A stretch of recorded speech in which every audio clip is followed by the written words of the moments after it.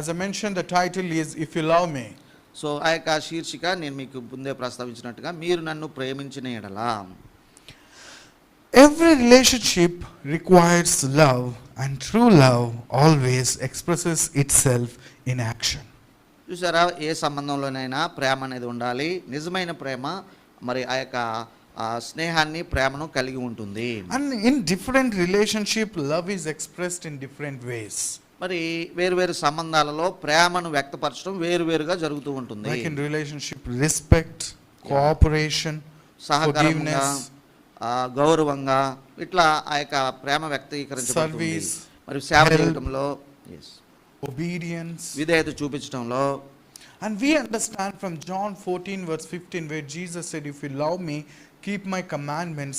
Here Jesus is teaching us that Christianity is not merely a religion, but it is a relationship which calls for a loving obedience towards Christ. మరి క్రీస్తు పట్ల మరి ప్రేమ కలిగిన, విధేయత కలిగిన ఒక సంబంధాన్ని చూపించే ఒక సంబంధముగా దీనిని మనం చూస్తున్నాం. అదే ఉద్దేశాన్ని మనము ఈ యొక్క యోహాను సువార్త 14 అధ్యాయం 15 వచనం కూడా చూస్తూ ఉన్నాము. Unfortunately, the so-called Churchianity which tried to replace Christianity has expressed Christianity either as a religion, ritualistic religion, or an emotional, and they romanticized it in such a way it became an emotional connection to God. అయితే churchianity అనేటువంటిది ఏం చేసిందంటే ఇది ఒక ఎమోషనల్గా భావోద్రేకపరమైన సంబంధంగానే దీనిని మార్చివేసింది.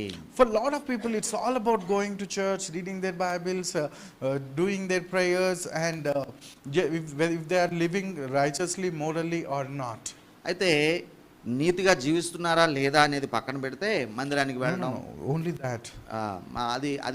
అది అట్లా ఉంచితే మందిరానికి వెళుతున్నారా లేదా అనేదే ఎక్కువ మరి భక్తి, లేదంటే అదే వారు చేస్తున్నట్టుగా ఉంటూ ఉన్నది. For some Christians they say I love Jesus, and yet they resist allowing him to guide him how to live their lives. మరి చాలా మంది నేను యేసును ప్రేమిస్తున్నానని చెప్పడంతోనే ఉంటుంది తప్ప ఆ జీవితాన్ని నడిపించడానికి కానీ వారికి మార్గనిర్దేశకత్వం చేయడానికి కానీ అనుమతించరు. Especially the romanticized Christianity, they limit Jesus to emotions or religious activities only. మరి ఈ యొక్క భక్తిపరమైన కార్యక్రమాలకి వీటికే పరిమితం చేసే ఒక రొమాంటిక్ క్రిస్టియానిటీని మనం ఈ రోజుల్లో చూస్తూ ఉన్నాము. Others see Christianity merely as a living morally or ethically before oneself and God. మరి తనకు తానుగాను అలాగే దేవుని ఎదుట నీతిగా జీవించటము అనేటువంటిది కూడా మరి ఒక భాగంగా ఇది చూస్తూ ఉన్నారు. But Christianity is far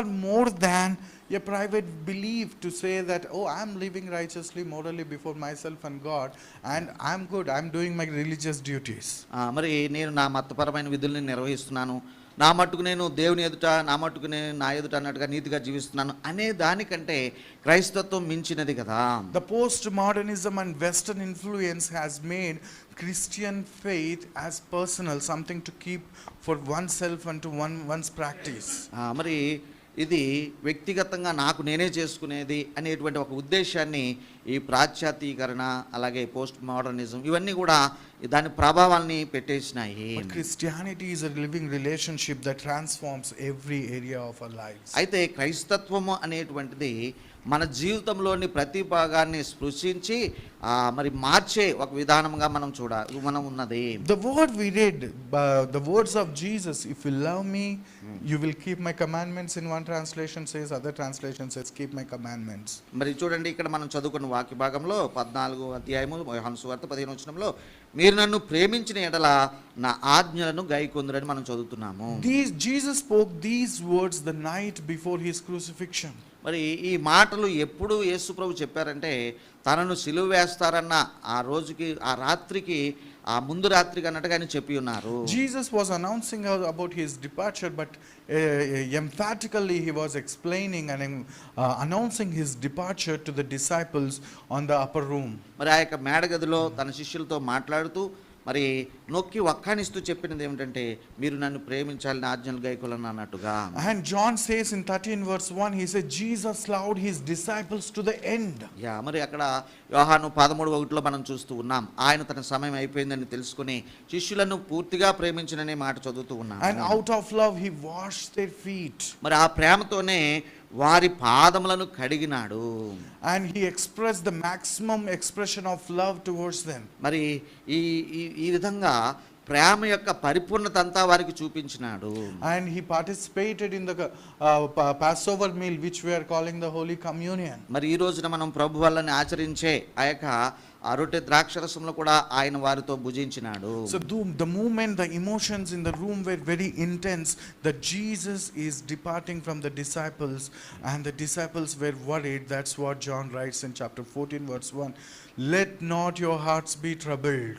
చూడండి, ఈ యొక్క యోహాను సువార్త 14:1 మనం చూస్తున్నట్టుగా యోహాను మీ హృదయములను కలవరపడనీయకుడు అని రాస్తాడు. కారణం ఏంటంటే ఆ మేడగదిలో ఆ రోజు చాలా మరి ఆసక్తికరమైన భావోద్రేకమైన పరిస్థితులు ఉన్నాయి. ప్రభువైన యేసుక్రీస్తు త్వరలో వారిని విడిచిపెళ్ళబోతూ ఉన్నాడు. శిష్యులందరికీ ఆందోళనగా ఉంటూ ఉన్నది. And the disciples were troubled because Jesus was talking about his departure. మరి శిష్యులకు ఇంకా కంగారుగా ఉన్నది, ఎందుకంటే యేసు ప్రభు అన్నారు కదా నేను వెళ్ళిపోవలసి ఉన్నదని చెప్తూ ఉన్నారు. In that context he said, if you love me, keep my commandments. మరి అట్లాంటి భావోద్రేకపరమైన ఆ యొక్క సందర్భంలో యేసు ప్రభు చెప్పిన మాట ఏమిటంటే మీరు నన్ను ప్రేమించిన ఎడల మీరు నా ఆజ్ఞలను గైకొంటారు. Just few moments earlier he demonstrated love by washing the disciples' feet. అదే ఆ సందర్భంలోనే కొన్ని నిమిషాలకు ముందు అన్నట్టుగా మరి వారికి ఎనలేని ప్రేమను చూపించాడు వారి పాదాలను కడగటం ద్వారా. Reading these words in this context is very essential for us. కాబట్టి ఈ మాట మన అంశమైన మాట ఈ సందర్భానికి సంబంధించింది అని చదువుకోవటంలోనే అర్థం వస్తుంది. What Jesus said, if you love me, keep my commandments. Okay, what are the commandments? మరి మీరు నన్ను ప్రేమిస్తే నా ఆజ్ఞలను గైకొండి. మరి ఆజ్ఞలు ఏవై ఉన్నవి, ఏ ఆజ్ఞలై ఉన్నవి? Would you please help me understand what are the commandments that Jesus gave us? ఇప్పుడు మీరు అందరూ నాకు సహాయం చేయాలి. ప్రభువైన యేసుక్రీస్తు యొక్క ఆజ్ఞలు ఏమిటో మీరు నాకు చెప్పాలి, నాకు సహాయం చేయాలి. Love the Lord with all your heart, mind and soul, strength. Yeah. Huh?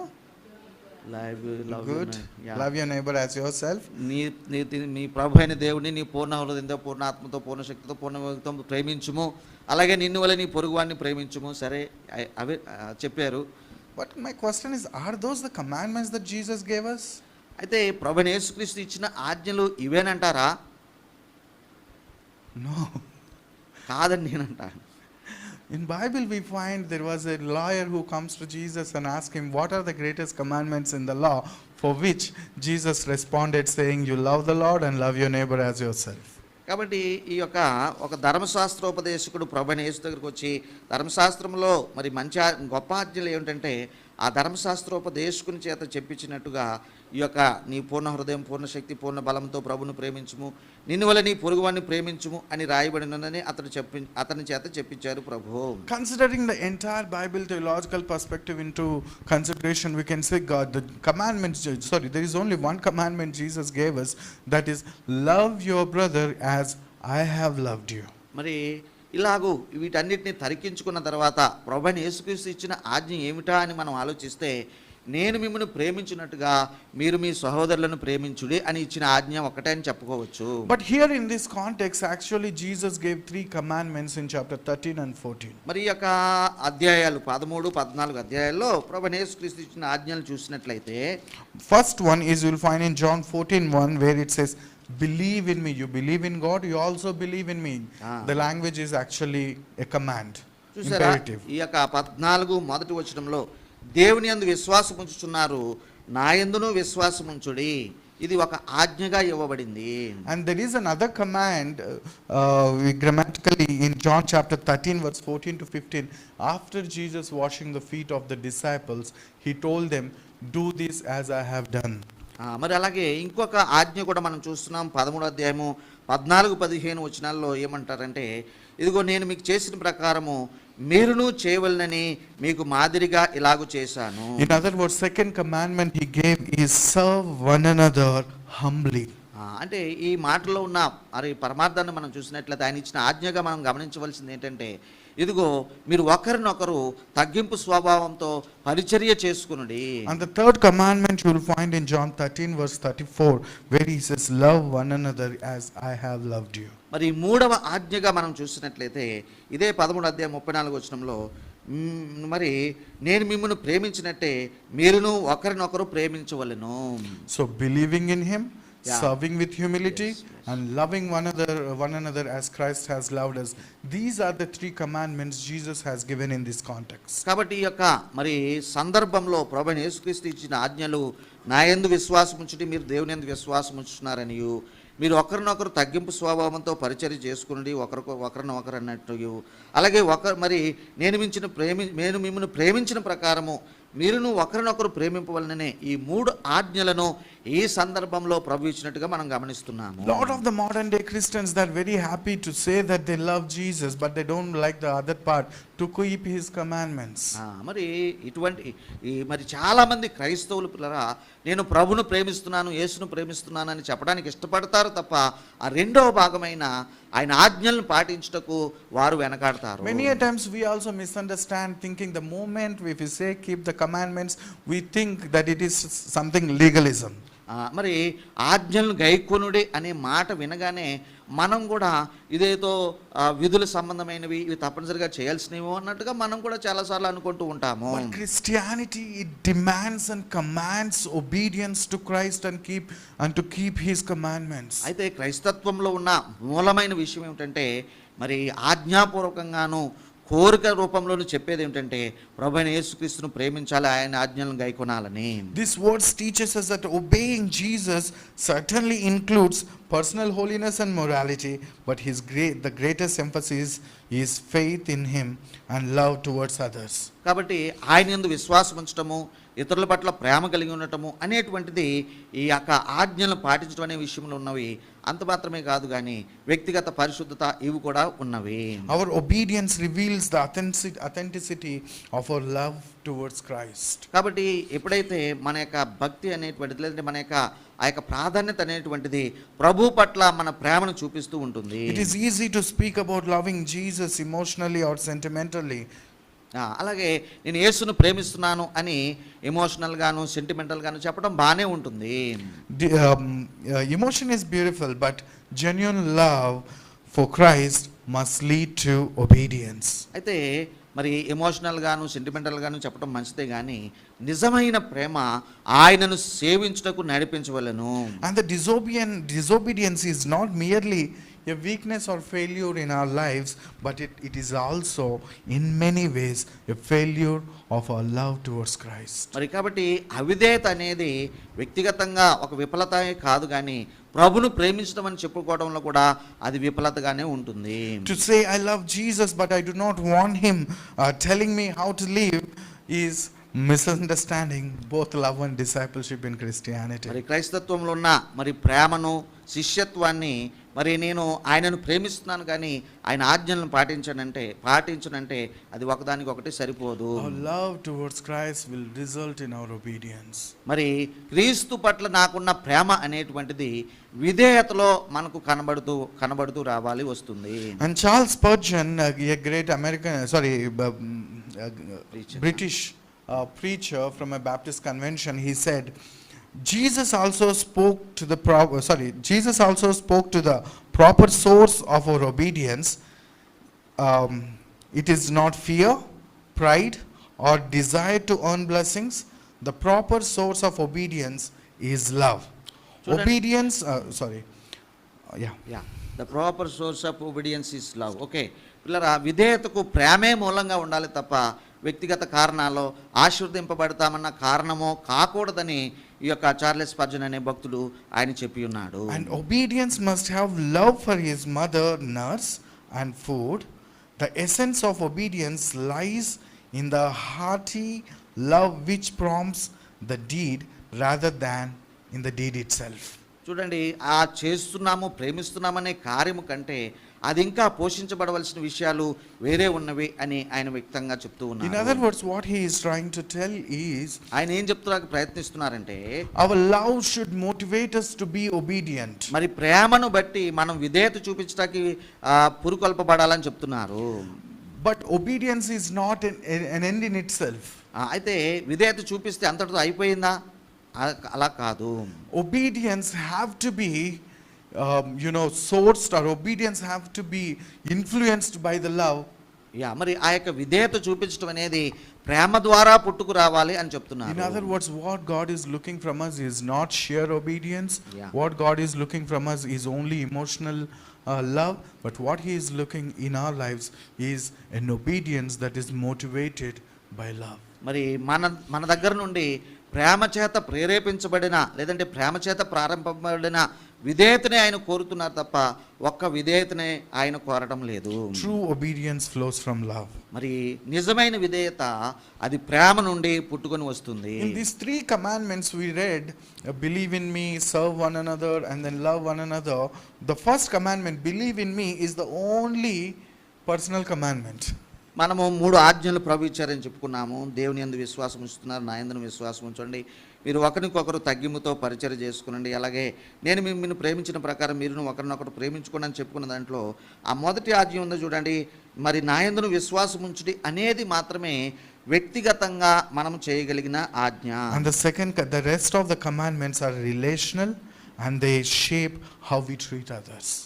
మరి మిగిలిన 2 ఆజ్ఞలు ఉన్నాయి చూశారు, అవి సంబంధాలతో ముడిపడినవి, అవి ఇతరుల పట్ల మనం ఎలాగూ మరి వ్యవహరిస్తామో అనేవి తెలియజేస్తున్నాయి. Keeping Christ's commandments means serving one another with humility. మరి ఆ ఆజ్ఞలను గైకొనుడి అనే దాంట్లో ఒకరినొకరు మరి పరిచర్య చేసుకునుడి అనేటువంటిది కూడా ఇమిడి ఉన్నది. Jesus washed the feet of the disciples. That's when he said, serve one another. మరి ప్రభువైన యేసుక్రీస్తు శిష్యుల పాదాలు కడిగిన తర్వాత ఆ తర్వాత అంటున్నారు, నేను చేసినట్టు మీరు చేయండి, మీరు ఒకరినొకరు పరిచర్య చేసుకోండి అంటూ ఉన్నారు. In that light, let me ask you to introspect ourselves. కాబట్టి ఈ యొక్క మాటలని చెప్పిన తర్వాత ఒక్క నిమిషం మనలోనికి మనం చూసుకుంటే, do we serve while secretly feeling superior within ourselves? మరి మనం కూడా ఇతరులకు పరిచర్య చేసే సమయంలో రహస్యంగా ఏదైనా లోపల మరి నేనే కదా గొప్పోడిని అని అనుకుంటున్నామా? We serve in the church. మరి సంఘంలో చాలా పరిచర్యలు చేస్తూ ఉంటాం. But are we truly serving one another, considering the other person better than us, as Apostle Paul mentioned? మరి పౌలు గారి యొక్క మాటల్లో చెప్పినట్టుగా ఈ ఇతరులు నాకంటే యోగ్యులు అనుకొని వారికి పరిచర్య చేయగలుగుతున్నామా? Or sometimes, see, I'm so spiritual, I am ready even to wash the washrooms. లేకపోతే కొన్నిసార్లు ఇలాగ అంటారు కదండి, నాకు చాలా భక్తి ఉంది కాబట్టి నాకు ఏ పనైనా చెప్పండి, బాత్రూంలోనే చెప్పండి, చర్చి తుడమని చెప్పండి అంటూ ఉంటారు. Sometimes we become so proud in our own humility. మరి ఈ తగ్గింపు అనే దాంట్లోనే మరి గర్వముగా ప్రవర్తించే పరిస్థితి కూడా ఉంటుంది. Or do we think certain tasks in the church, they are beneath our dignity? లేకపోతే ఇది నా స్థితి కాదు అనేటువంటి తలంపు ఏదైనా వస్తూ ఉంటుందా? And how could he tell me to just clean this kitchen? అరే నా పరిస్థితి ఏమిటి, నన్ను ఈ కిచెన్ టేబుల్ మరి క్లీన్ చేయమన్నారు ఏమిటి అని అనిపిస్తూ ఉంటుందా? Have you ever felt how Praveen could ask me to get water? మరి ఏంటి ఆయన నన్ను నీళ్లు తెమ్మని అంటున్నాడు ఏంటి అని అనుకున్నారా ఎప్పుడైనా? How are we serving our brethren in the church? కాబట్టి ఎంతవరకు మనము మన సంఘంలో ఉన్న సహోదరులకు ఒకరికొకరు సేవ చేసుకోగలుగుతూ ఉన్నాము? Are we serving out of love? మరి మనము ప్రేమ చేతనే ఆ యొక్క పరిచర్య చేయగలుగుతూ ఉన్నాము? Or are we serving for the sake of serving because in order to keep obedience to Christ? క్రీస్తు చెప్పారు కదా, ఆయనకు విధేయత చూపించాలి కదా అన్నట్టుగా మనము పరిచర్య చేస్తూ ఉన్నామా? Keeping the commandments of Jesus, it means loving people sincerely. కాబట్టి యథార్థంగా ప్రజలను ప్రేమించుటలో క్రీస్తు ఆజ్ఞ నెరవేర్చడం ఉన్నది. Christian spirituality is relational. క్రైస్తవ ఈ యొక్క ఆధ్యాత్మికత మరి సంబంధాల పరమైనది. That is the reason we are saying that there is only one commandment in the New Testament Christians have, that is loving one another as Christ loved us. మరి ఆ విషయాన్ని బట్టే మనము ఇదిగో నూతన నిబంధనలో మనందరికీ ఒకే ఆజ్ఞ ఇవ్వబడింది. అదేమిటంటే మీరు యేసు మనల్ని ప్రేమించినట్టుగా మీరు ఒకరినొకరు ప్రేమించుకోండి అనేటువంటిదే. In other words, your spirituality is not seen by how much Bible knowledge you have, how long you pray, or how much you serve in the church, how much do you do evangelism. Nothing, none of those. Your Christian life and Christian virtues and your spiritual life will be measured by the way you treat your brothers. కాబట్టి ఈ యొక్క అసలు సిసలు తలమానికంగా ఉన్న మరి నీవు ప్రభును ప్రేమిస్తున్నావంటే మరి నీ సహోదరులకు ఎలాగో సర్వ్ చేస్తున్నావు దానిలోనే తెలుస్తుంది తప్ప ఎంత బైబిల్ నాలెడ్జ్ కలిగి ఉన్నాము, చర్చిలో ఎంత పరిచయం చేస్తున్నాము, ఈ విషయాల మీద అది ఆధారపడి లేదు. We think somebody who is performing miracles are more spiritual or close to God. No. Bible says if you are treating your brethren properly, that's what shows how spiritual you are. కాబట్టి మన యొక్క ఇరుగు పొరుగు సహోదరులతో ఎలాగూ వారిని వ్యవహరిస్తున్నాము, మరి వారికి పరిచయం చేయగలుగుతున్నాం అన్న దాంట్లోనే మన యొక్క ఆధ్యాత్మికత ఉన్నది తప్ప ఇదిగో వారు అద్భుతాలు చేస్తున్నారు, వీరు గొప్ప పనులు చేస్తున్నారు, వీరంతా భక్తి కలిగిన వారు అని అనుకోవడానికి వీలు లేదు. Let me take one more step ahead further.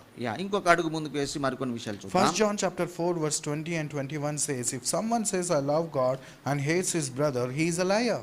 చూడండి, ఈ యొక్క మొదటి యోహాను పత్రిక 4వ అధ్యాయము 20వ వచనంలో మరి ఒక వచనం ఇలా ఉంది కదండి, ఇదిగో నేను దేవుణ్ణి ప్రేమిస్తున్నానని చెప్పి తన సహోదరుని ద్వేషించువాడు మరి అతడు నిజంగా దేవుణ్ణి ప్రేమించడం లేదు. Shall I tell you in the modern language what it says? మరి ఈ మన యొక్క కాంటెంపరీ భాషలో దాని అర్థం ఏంటో ఒకసారి మిమ్మల్ని చెప్పమంటారా? If you are not able to treat your brother, మరి నీ యొక్క సహోదరుని సరిగా నీవు వ్యవహరించడం నీవు చేయకపోతే all your love towards God is an illusion. మరి నీవు దేవుని పట్ల నీకున్నదని చెప్పుకుంటున్నావు కదా ప్రేమ, అదంతా కూడా ఉత్తదే. It's an illusion. మరి అదొక భ్రమ లాంటిది. And your spirituality becomes a hypocrisy. మరి అలాగూ నీ భక్తి అంతా కూడా వేషధారణగా అయిపోతుంది. Only when you treat your brothers, you are loving God. మరి నీవు నీ యొక్క ఇరుగు పొరుగు వారి పట్ల ఎంత ప్రేమగా వ్యవహరిస్తున్నావు, వారికి పరిచయం చేయగలుగుతున్నావు అన్న దాని మీదే నీ క్రైస్తత్వం అంతా ఆధారపడి ఉన్నది. And the next word John says, he who cannot love the one whom he sees, how can he love the one whom he cannot see? మరి ఇక్కడ యోహాను ఒక అడుగు ముందుకేసి ఇంకొక మాట కూడా చెప్తున్నాడు, తాను చూచిన తన సహోదరుని ప్రేమింపని వాడు తాను చూడని దేవుని ప్రేమింపలేడు. In other words, you are not at all spiritual if you don't treat your brethren properly. మరి కాబట్టి నీ యొక్క సహోదరులను సరిగా నీవు మరి వ్యవహరించకపోతే, పరిచర్య చేయకపోతే నీవు అసలు దేవుని ప్రేమ నీలో లేదు అంటున్నాడు. God's commandments are primarily lived out in our homes, churches and in our daily relationships. మరి మనము రోజువారీ మన యొక్క సంబంధ బాంధవ్యాలలో, సంఘములో, అలాగే మన కుటుంబాలలో ఈ యొక్క క్రైస్తవ జీవిత సంబంధాలు లేదంటే ఈ యొక్క పరిచర్య అనేటువంటిది కనబడుతూ వస్తుంది. These are the places where we can show our love greatly, home as well as church. మరి చూసారా, ఇంటిలో అలాగే సంఘంలో మనము ఇతరుల పట్ల ఉన్న ప్రేమను చూపించే చక్కని స్థలాలు ఇవి. But ironically, these are also the places where we often release the greatest frustrations that we have. అయితే విచారయుక్తంగా మరి ఈ స్థలాల్లోనే, ఈ రెండు స్థలాల్లోనే మనకున్న ఏమండి కోపం అనండి, లేదంటే ఆ యొక్క ఫ్రస్ట్రేషన్, విసుగనండి ఎక్కువగా కొమ్మరించే స్థలాలు కూడా ఈ రెండే. In these two places only we get offended for very small things. మరి ఈ రెండు స్థలాల్లోనే చిన్న చిన్న విషయాలు కూడా ఎంతో అభ్యంతర పడిపోతూ ఉంటాము. I know my wife tells me I get so troubled when the food dish is not covered with the lid. చూడండి, ఇంట్లో నాకు చెప్తారు మా మిసెస్ ఏమంటారంటే, ఇదిగో ఆహారం మీద మూత పెట్టలేదా, అది చాలా పెద్ద సమస్య. All our OCDs will come in home and as well as in the church. కాబట్టి చూసారా, ఈ రెండు స్థలాలు ఉన్నాయి చూడండి, మన ఇల్లు అలాగే మన సంఘంలో చిన్న చిన్న విషయాలు కూడా అభ్యంతరాలు కలిగే పరిస్థితి ఉంటుంది. And it's so unfortunate in the churches that because of very small act somebody did, we're not able to accept, and we say entire church is going in a wrong direction. It's not a good place at all. చూడండి, ఎవరైనా సంఘంకి వచ్చినప్పుడు ఎవరైనా ఒక చిన్న పొరపాటు ఏదైనా నీ పట్ల చేసినట్లయితే ఈ సంఘం అంతా ఇంతే, వీళ్ళందరూ ఇంతే, ఇక్కడికి రాకూడదు అన్నట్టుగా తీర్పులు తీర్చేస్తూ ఉంటారు. Somebody did not clean the kitchen, so people start saying that, church, there is no discipline in the church. సంఘంలో కిచెన్ ఆ యొక్క ప్లేస్లో ఏదైనా శుభ్రంగా లేకపోతే వీళ్ళంతా ఇంతేనేమో, శుభ్రం చేసుకోరు అన్నట్టుగా చెప్పేస్తూ ఉంటారు. These are home and churches are the place where we can reflect the greatest love from us. Unfortunately, most of the times we are releasing our frustrations. చూసారా, గృహము అలాగే సంఘము మన యొక్క ప్రేమను పొందుకునే సహోదరులు, పరిచర్య పొందుకునే సహోదరులు ఉంటారు. అక్కడ ఇవ్వచ్చు, కానీ ఎక్కువ సార్లు విసుగు, కోపము, అభ్యంతరాలు అక్కడ వస్తూ ఉన్నాయి. These are the places where Christ calls us to display extraordinary love. చూసారా, ఈ రెండు స్థలాలలో మన యొక్క ఎక్కువైన ప్రేమను, అమితమైన ప్రేమను, లేదంటే అసాధారణమైన ప్రేమను చూపించమని ప్రభు మనకు కోరుతూ ఉన్నారు. Till here everything is fine, because you said, if you love me, keep my commandments. Okay, we say, yes, I will try to keep the commandments of Jesus. But the reality is we don't know how. చూడండి, ఈ యొక్క వచన ప్రకారము మీరు నన్ను ప్రేమించినట్లయితే మీరు నా ఆజ్ఞలను గైకోండి. అరే, నేను గైకొంటాను, చేస్తానంటాం, కానీ చాలాసార్లు ఇవి ఎలా గైకొనాలో మనకు తెలియదు. We are failing in our obedience because we are failing in love. మరి ప్రేమ దగ్గర విఫలం చెందాం కాబట్టి విధేయత చూపించడంలో కూడా విఫలత చెందుతున్నాము. But the reality is, I don't know about you, I myself, I don't know how to love Christ more. చూడండి, మీ సంగతి ఏమో కానీ ప్రభువైన యేసుక్రీస్తును ఎక్కువగా ఎలా ప్రేమించాలో నాకైతే తెలియదు. And that's why while reading the scripture, it helped me out. Can you please help me understand how can we love Christ more? కాబట్టి ఇప్పుడు మీరు నాకు సహాయం చేయాలి. యేసుక్రీస్తును ఇంకా ఎక్కువగా ప్రేమించడం ఎలాగూ? How can we love Christ more? మరి మనందరం కూడా ప్రభుని ఇంకా ఎక్కువగా ప్రేమించాలంటే మనం ఏం చేయవచ్చు? కొంచెం సహాయం చేస్తారా? Because if that didn't happen, obedience cannot come. ఎందుకంటే ప్రభును ప్రేమించిన సమయమున విధేయత రాదు కదా. How can we love Christ more? కాబట్టి క్రీస్తుని ఇంకా ఎక్కువగా ప్రేమించడానికి మనం ఎలా చేయొచ్చు? This is $1 million question for us. చూడండి, ఈ ప్రశ్న ఎవరిని అడిగినా, ఏమండి, ఇది $1 million ప్రశ్న అంటే జవాబు లేని ప్రశ్న అనిపించుకుంటూ ఉంటుంది. We can love Christ by two things. చూడండి, మనము ప్రభును ప్రేమించే విషయంలో రెండు విధాలుగా చేయవచ్చు. Number one, మొట్టమొదటిది, we only can love Jesus by contemplating on the love he has given to us. మరి ఆయన మన మీద చూపిన ప్రేమను తలంచుకున్నట్టు ద్వారా ఆయన మీద ప్రేమను చూపించవచ్చు. That's what John writes in 1 John chapter 4 verse 19. He says, we love him because he first loved us. చూసారా, ఆయనే మొదట మనల్ని ప్రేమించాను కాబట్టి కనుక మనము మరి ఆయనను ప్రేమించుతున్నామని ఈ యొక్క మొదటి యోహాను పత్రిక 4:19లో మనం చూస్తూ ఉన్నాము. In other words, he is saying, by your commitment, by your religiosity, by your spirituality, you cannot love Christ more. You can only love Christ more by contemplating on the love of Christ. కాబట్టి క్రీస్తు మనల్ని ప్రేమించిన ఆ విధానమును గుర్తు చేసుకోవడం ద్వారానే మనం ప్రభువును మరెక్కువగా ప్రేమించవచ్చును అని మరి ఇక్కడ భక్తుడు చెప్తున్నాడు తప్ప మనం భక్తి ద్వారానో మరి ఇంకోటో ద్వారా కాదు అనేటువంటిది. The more deeply we experience Christ's love, the more freely we can love him and others. కాబట్టి ఎంత ఎక్కువ సమయము లేక పరిమాణంలో ప్రభువైన యేసుక్రీస్తు ప్రేమను మనము గమనిస్తూ ఉంటామో అంత ఎక్కువగా అదే పరిమాణంలో మనం ఇతరులను ప్రేమించగలుగుతాము. We cannot give what we don't have. మరి మన దగ్గర లేనిది మనం ఇవ్వలేం కదండి. And love we cannot give to anyone else unless we receive it. మరి క్రీస్తు మరి ప్రేమను మనం పొందుకోకపోతే మనం ఇతరులకు ఇచ్చే పరిస్థితి కూడా ఉండదు కదా. So as much as we receive love from Jesus, then only we'll be able to love others. That's why he said, love one another as I have loved you, which means as much as you receive my love, you will be able to love others. మరి ఈ యొక్క విషయముక మీరు నన్ను ఎంతగా ప్రేమిస్తూ ఉంటారో అదే ప్రేమతో మీరు ఇతరులను ప్రేమించగలుగుతారు. అలాగూ మీరు ఒకరినొకరు, నేను మిమ్మును ప్రేమించిన ప్రకారము మీరును ఒకరినొకరు ప్రేమించుటనే మాటకు అర్థమై ఉంటుంది. The way we love others reveals how deeply we have understood and received the Christ's love. కాబట్టి క్రీస్తు ప్రేమను మనం ఎంత లోతుగా అర్థం చేసుకున్నాము, గ్రహించాము అనేది ఎక్కడ తెలుస్తుందంటే మనము ఇతరులను ప్రేమించే విషయంలో అది తెలుస్తుంది. If we struggle to love or serve others, it may reveal that we have not fully grasped here Christ's love for ourselves.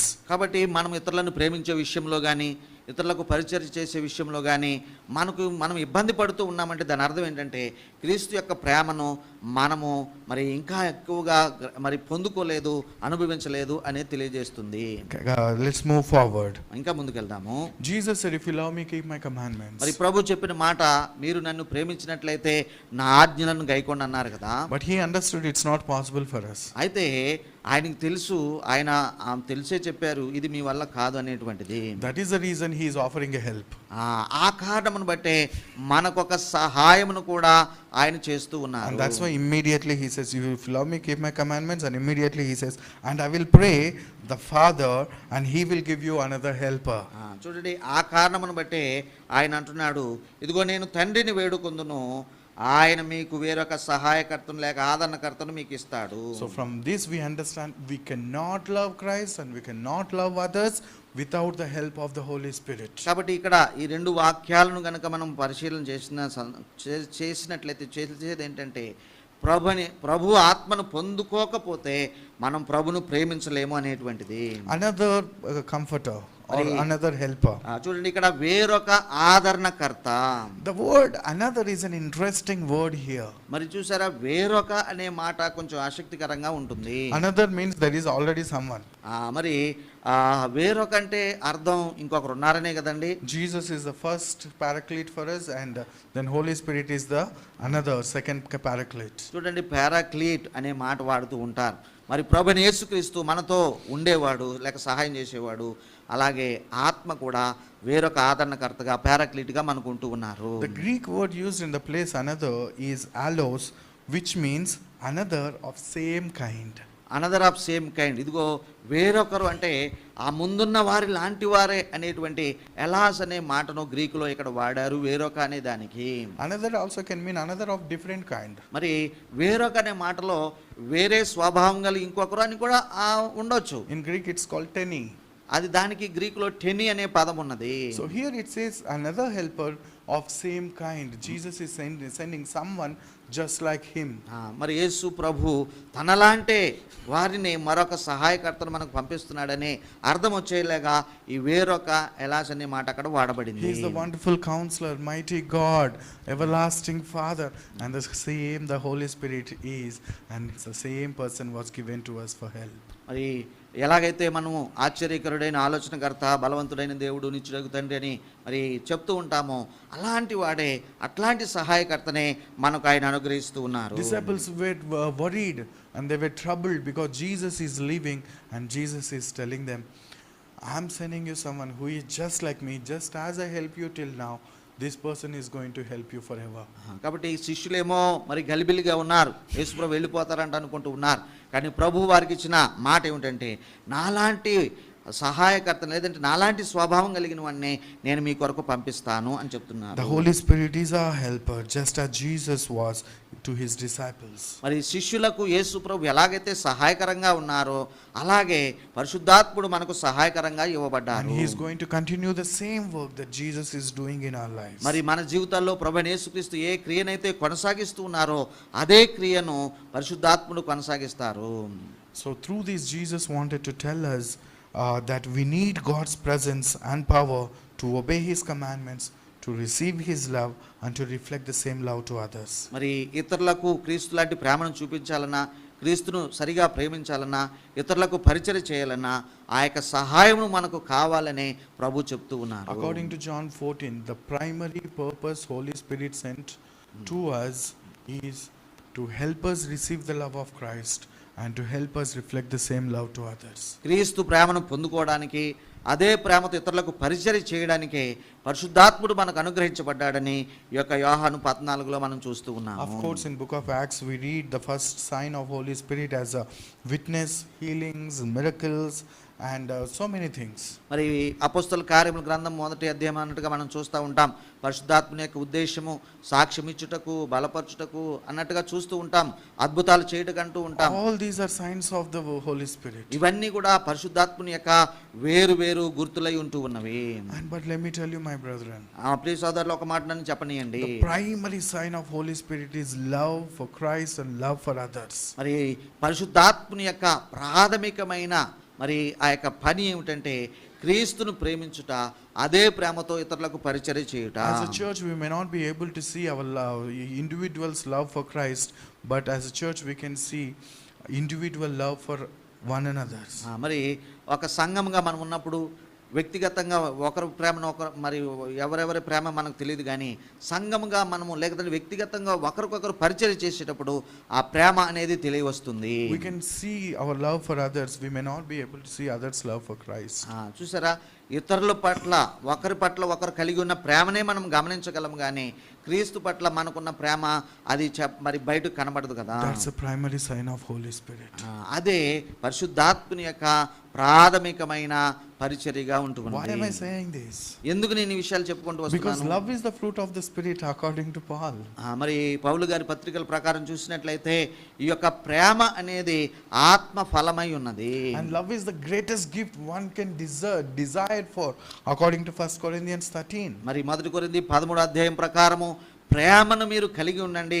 ఒకరు కలిగి ఉండవలసిన అతి ముఖ్యమైన విషయము ప్రేమ అని And చెప్పుకుంటున్నారు. according to Paul in Romans chapter 5 verse 5, as he poured Holy Spirit in us, he poured his love into us.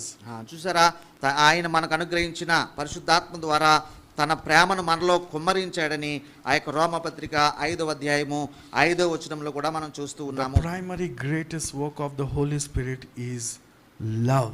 కాబట్టి That is to receive it and to reflect it. మరి దానిని పొందుకున్నటకును, దానిని పరిచర్య రూపంలో ప్రతిబింబించుటకును మరి పరిశుద్ధాత్ముడు మనకు అనుగ్రహించబడుతూ ఉన్నారు. And the Holy Spirit helps us to receive Christ's love and share it with others. మరి కాబట్టి ఆ ప్రేమను పొందుకోవడానికి, దానితో ఇతరులకు పరిచర్య చేయడానికి అన్నట్టుగా మరి ప్రతిబింబించడానికి అన్నట్టుగా పరిశుద్ధాత్మని కార్యం ఉంటూ ఉన్నది.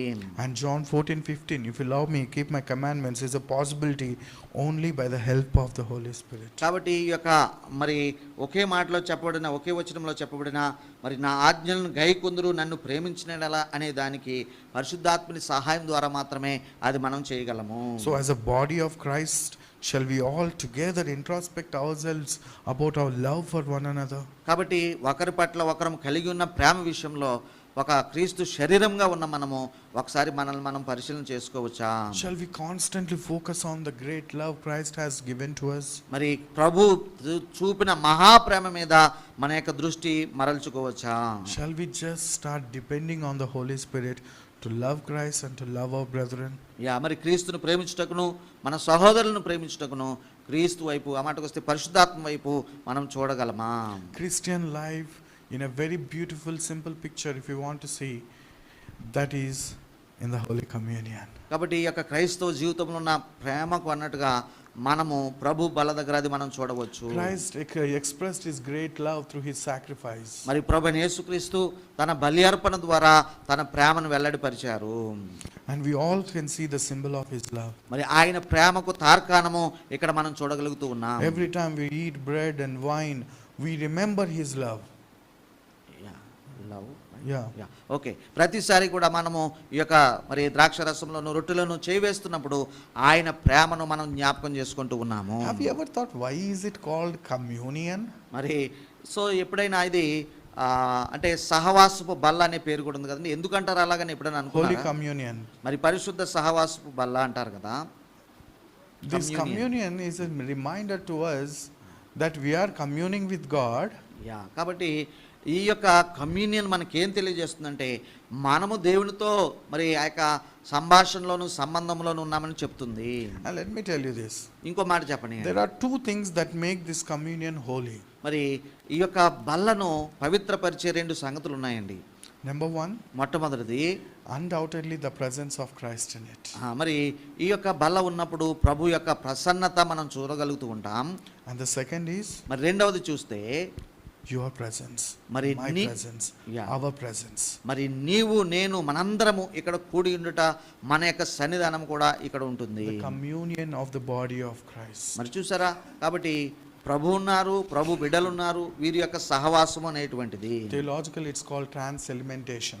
ట్రాన్స్ ఎలిమెంటేషన్ అనే పదంతో థియలాజికల్ గా దీన్ని పిలుస్తూ ఉంటారు. Communion is communion because people are coming together, and when people come together, Jesus has promised, wherever 2 or 3 gathered in my name, I am there.